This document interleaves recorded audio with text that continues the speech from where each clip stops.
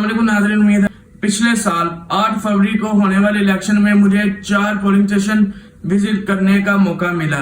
मैं अपने पहले पोलिंग स्टेशन पर पहुंचा तो वहां मैंने देखा कि प्रिजाइडिंग ऑफिसर जो बैलेट बॉक्स होता है वो तमाम सियासी जमातों के जो एजेंट होते हैं मौजूद वहां पर, और साथ में जो इलेक्शन कमीशन का जो अमला होता है उन्हें दिखाता है। बाद नाजरीन मैंने वहां पर मौजूद तमाम वोटर से सवालात पूछे कि क्या ये आपको अमल सही लग रहा है इलेक्शन में, तो उन्होंने जवाब दिया कि बिल्कुल हमें ये दुरुस्त लग रहा है।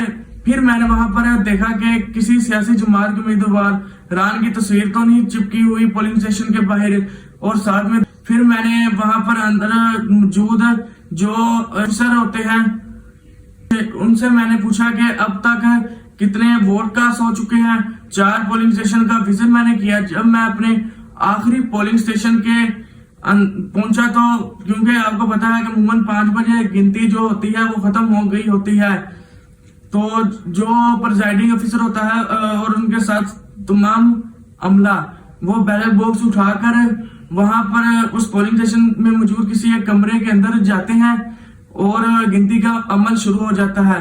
और ना जब गिनती हो रही होती है उस कमरे में, तो उस कमरे में इलेक्शन कमीशन के अमले के अलावा वहां पर सियासी जमातों के एजेंट होते हैं, वो भी उस कमरे में मौजूद होते हैं, लेकिन वो गिनती नहीं कर रहे होते, लेकिन वो उस अमल को देख रहे होते हैं।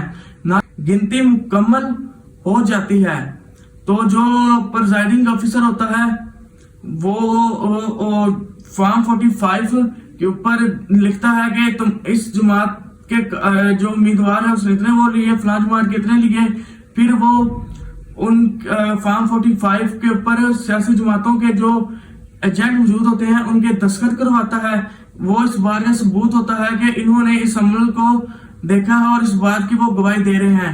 यहाँ तो कि प्रिजाइडिंग ऑफिसर से कॉपी फॉर्म 45 की हासिल कर लेते हैं, और प्रिजाइडिंग ऑफिसर का भी हक होता है कि वो फॉर्म 45 जो होता है उसको उसकी जो एक कॉपी होती है वो पोलिंग स्टेशन के बाहर लगाए ताकि लोग देख सके। आपको आज की वीडियो पसंद आई हो तो जाके मेरे चैनल को सब्सक्राइब करें। मिलते हैं अगली वीडियो में, शुक्रिया।